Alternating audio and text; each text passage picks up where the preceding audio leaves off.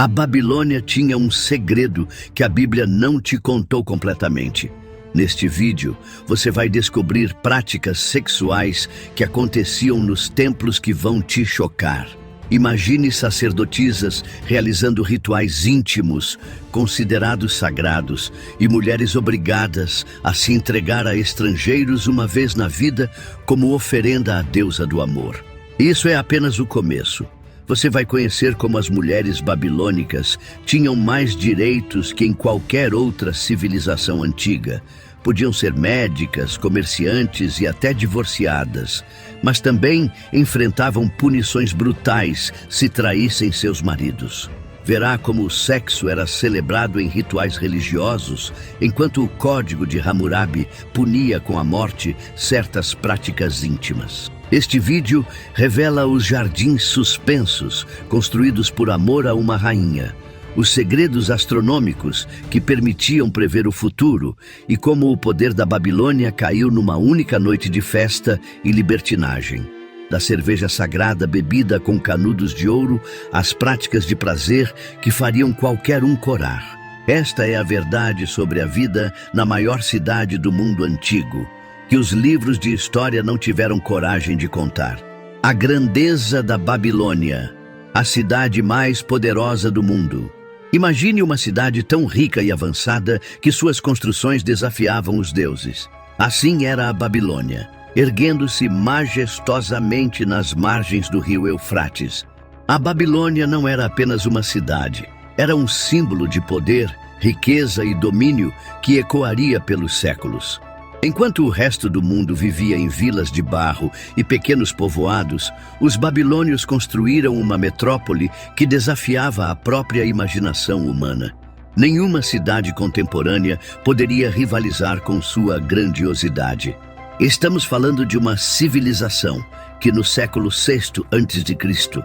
já possuía ruas planejadas, sistemas de esgoto e abastecimento de água, quando a maioria dos povos ainda bebia de poços contaminados. As muralhas da Babilônia eram tão impressionantes que faziam qualquer invasor pensar duas vezes antes de atacá-la. Visualize isso. Fortificações com mais de 18 metros de altura e tão largas que carruagens puxadas por cavalos podiam percorrer seu topo lado a lado. Relatos da época afirmam que essas muralhas se estendiam por quase 18 quilômetros, protegendo uma área maior que muitas capitais modernas. Nada menos que 250 torres de vigia se erguiam ao longo dessas paredes, cada uma servindo como ponto de observação para soldados armados que protegiam a joia do império. Mas o verdadeiro espetáculo estava dentro desses muros. Ao cruzar um dos 8 portões monumentais, o mais famoso sendo o Portão de Ishtar, revestido com azulejos azul turquesa decorados com dragões e touros dourados, o visitante deparava-se com uma visão que parecia saída de um sonho divino. As ruas principais, como a Avenida Processional, eram pavimentadas com pedras planas e ladeadas por paredes decoradas com leões coloridos em relevo. Essa avenida, com mais de 20 metros de largura, faria muitas vias modernas parecerem becos estreitos. E então havia os jardins suspensos, uma das 7 maravilhas do mundo antigo. Imagine terraços escalonados, erguendo-se a mais de 20 metros de altura, cobertos com árvores, flores exóticas e cascatas de água. Fontes jorravam em diferentes níveis, criando um oásis verde que parecia flutuar acima da cidade. Conta-se que o rei Nabucodonosor II ordenou sua construção para agradar sua esposa, a princesa Amites da Média, que sentia falta das montanhas verdejantes de sua terra natal. Pense no poder e recursos necessários para criar um ecossistema artificial em pleno deserto mesopotâmico, um feito de engenharia que impressionaria até mesmo nos dias de hoje. A vida na corte babilônica era de um luxo inimaginável. Nos palácios reais, com mais de 600 quartos distribuídos em vários andares, o monarca vivia cercado por servos, conselheiros, concubinas e guardas pessoais. Os banquetes realizados nestes salões opulentos poderiam alimentar um vilarejo inteiro por semanas. Mesas de cedro do Líbano, cobertos com ouro, sustentavam iguarias trazidas de todo o império. Frutas exóticas, carnes raras, vinhos envelhecidos e especiarias que custavam seu peso em prata. A Babilônia não era apenas um centro de poder militar e político. Era também o maior centro intelectual e cultural de sua época. Em suas escolas, os jovens da elite aprendiam a escrita cuneiforme, matemática avançada, astronomia e medicina. Os babilônios foram pioneiros em diversas áreas do conhecimento. Desenvolveram um sistema matemático baseado no número 60, que usamos até hoje ao dividir horas em minutos e círculos em graus. Criaram mapas estelares detalhados e estudaram os movimentos dos planetas com precisão surpreendente. Suas bibliotecas guardavam milhares de tábuas de argila com conhecimentos acumulados por séculos. A mais famosa, estabelecida pelo rei Assurbanipal, continha obras sobre medicina, astronomia, religião e literatura, incluindo a Epopeia de Gilgamesh, considerada a narrativa escrita mais antiga da humanidade. Para os povos contemporâneos, estas realizações pareciam quase sobrenaturais, como se os babilônios tivessem recebido conhecimentos diretos dos deuses. Se você deseja que as bênçãos de abundância e prosperidade divina venham sobre sua vida, comente agora: Deus vai me prosperar. Seu comentário é uma declaração de fé que abrirá as portas dos céus para seu milagre financeiro. E se essa mensagem tocou seu coração, deixe seu like como um ato de gratidão pelo que Deus já está preparando em sua vida. Mas por trás de toda essa grandiosidade aparente, uma estrutura social rígida sustentava a glória do império. E é sobre isso que vamos falar a seguir: como os babilônios viviam. Trabalho, comida e entretenimento. Você sabe o que um babilônio comia no jantar? Ou como ele se divertia depois do trabalho? A resposta pode surpreender. O dia típico de um babilônio começava cedo. Com os primeiros raios solares, a família se reunia para uma refeição simples, geralmente pão de cevada acompanhado de tâmaras ou figos secos, molhados em azeite aromatizado com ervas. Uma curta oração aos deuses domésticos precedia o início das atividades. O homem saía para seu trabalho, enquanto a mulher cuidava da casa, das crianças e frequentemente de algum ofício complementar, como tecelagem ou olaria, realizado no próprio lar. Nas ruas da cidade, artesãos de todos os tipos praticavam seus ofícios. Oleiros modelavam vasos e utensílios em suas rodas. Ferreiros martelavam o metal incandescente para criar ferramentas e armas. Carpinteiros esculpiam móveis elaborados para as casas dos nobres. Tecelões transformavam lã e linho em tecidos para vestimentas. Cada profissão tinha seu próprio bairro e sua própria guilda, organização que controlava os padrões de qualidade e treinava os aprendizes. Os médicos babilônios combinavam conhecimentos empíricos com rituais religiosos. Para eles, a doença era tanto um desequilíbrio físico quanto uma punição divina. O tratamento incluía ervas medicinais, cirurgias básicas e encantamentos para aplacar a ira dos deuses. Curiosamente, estes médicos já conheciam o conceito de contágio e isolavam pacientes com doenças que consideravam transmissíveis. O comércio era a atividade que verdadeiramente ligava a Babilônia ao mundo.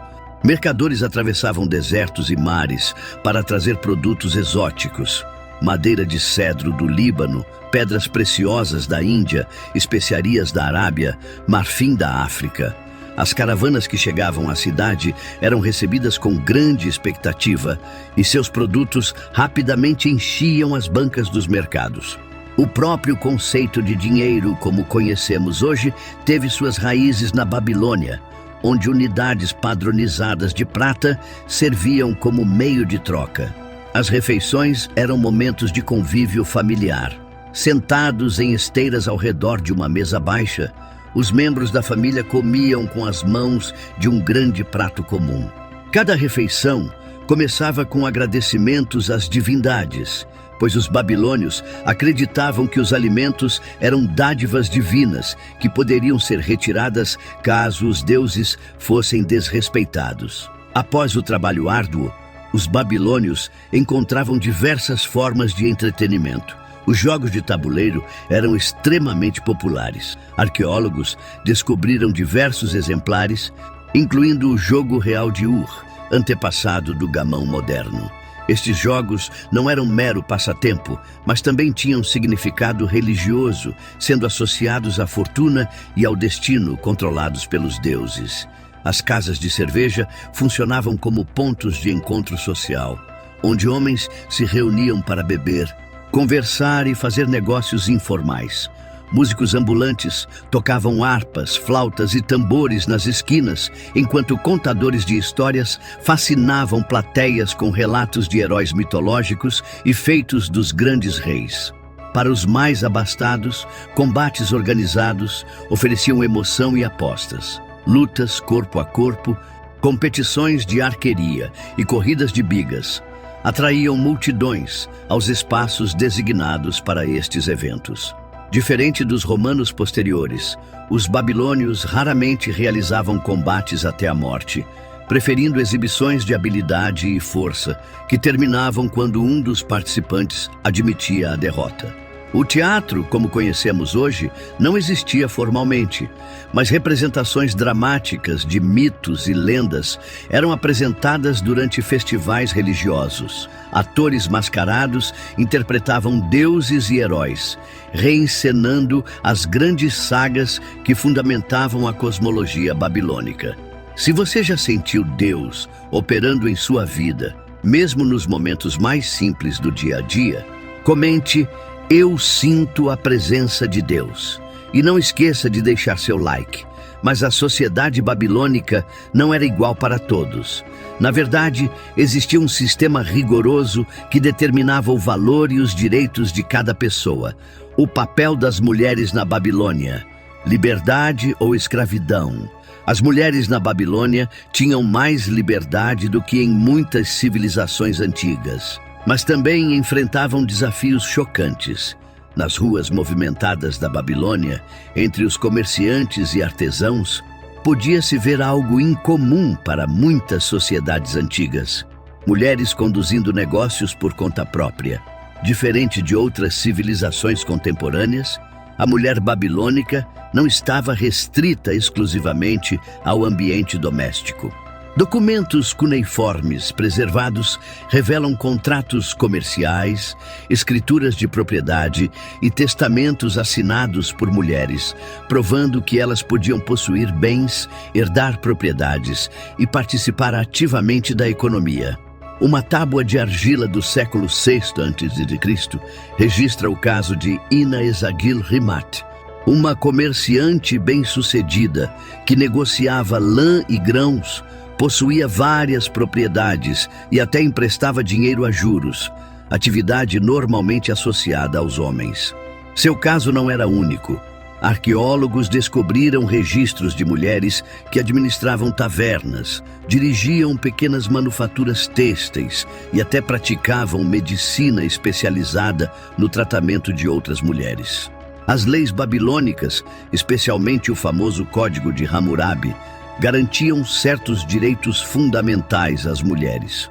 Uma esposa podia solicitar divórcio em casos de negligência ou crueldade, poderia manter seu dote após a separação e tinha direito à manutenção financeira para criar os filhos. Estas proteções legais eram avançadas para a época, quando em muitas sociedades a mulher era considerada praticamente propriedade do marido. No entanto, seria enganoso pintar um quadro de igualdade.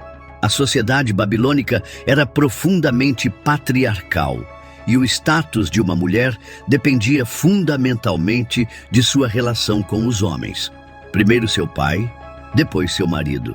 Os casamentos eram tipicamente arranjados, com o noivo pagando um preço da noiva à família da futura esposa. A virgindade das jovens era rigidamente protegida, e uma acusação de comportamento impróprio podia arruinar suas chances de um bom casamento. O sistema legal também revelava essa dualidade. Enquanto protegia certos direitos femininos, impunha penalidades severas para transgressões. Uma mulher acusada de adultério podia enfrentar a morte por afogamento juntamente com seu amante. Se uma esposa negligenciasse sua casa ou humilhasse seu marido, podia ser legalmente divorciada sem compensação financeira, frequentemente enfrentando a pobreza e o ostracismo social. Dentro do casamento, a principal função da esposa era gerar e criar filhos, especialmente filhos homens, que pudessem continuar a linhagem familiar e cuidar dos pais na velhice. A infertilidade era considerada uma tragédia, frequentemente atribuída a maldições divinas ou transgressões em vidas passadas. Uma mulher que não conseguisse gerar filhos poderia enfrentar o divórcio ou a humilhação de ver seu marido tomar uma segunda esposa ou concubina especificamente para ter descendentes. No topo da hierarquia religiosa feminina estavam as Entu, as altas sacerdotisas, escolhidas entre as filhas da nobreza, frequentemente inclusive da família real.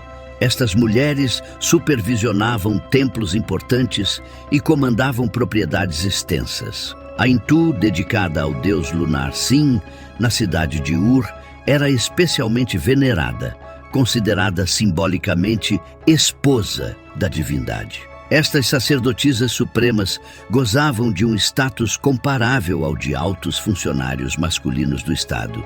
As escravas formavam a camada mais baixa, completamente dependentes dos caprichos de seus proprietários, frequentemente sujeitas a abusos sem qualquer recurso legal.